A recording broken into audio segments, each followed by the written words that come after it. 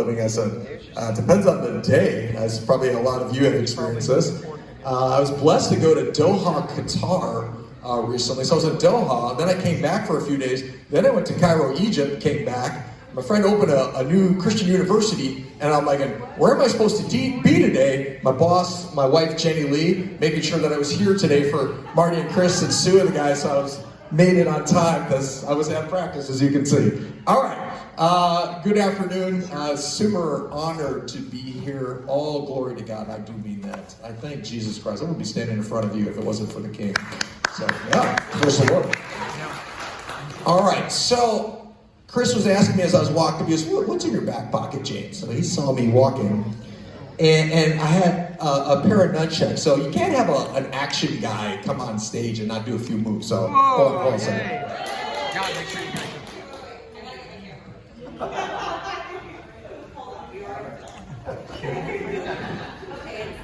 All right, this has a purpose, by the way.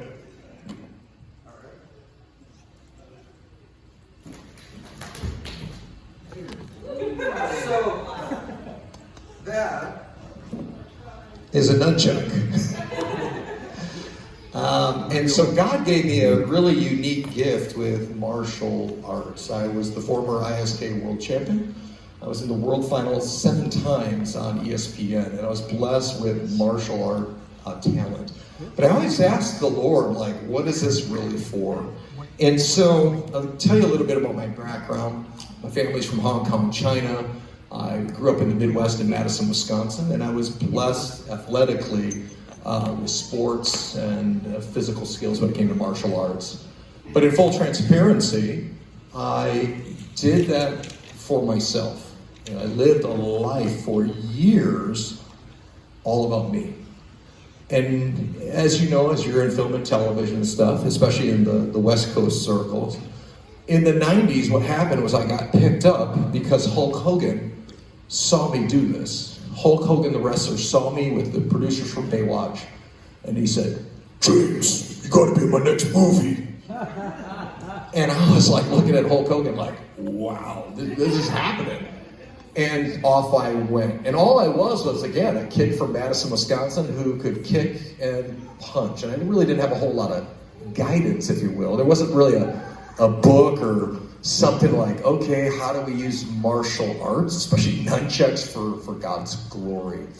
Well, off I went into many, many action films after 3 projects with Hulk Hogan. I went on to do multiple war films, action films, and then in the late 90s, really started to hit it.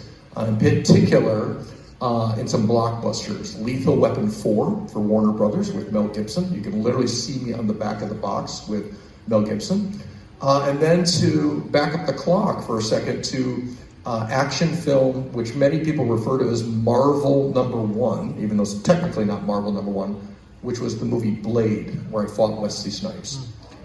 Now the reason I'm telling you this is not because it's about me. I want to make sure I tell about him.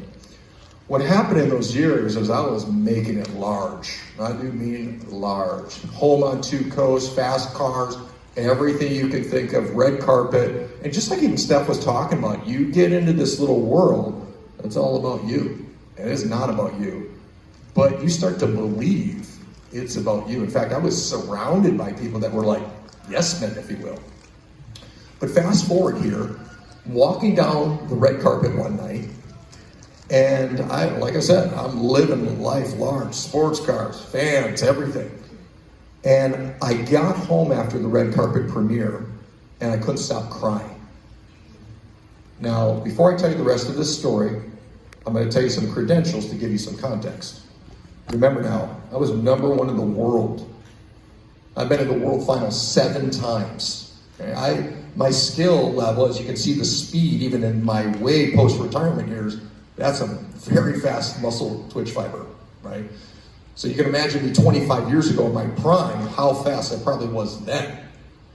So I gave you that first part as a martial arts world champion. Second, in the movie business in particular, second unit, all those years with Marvel, Warner Brothers, etc.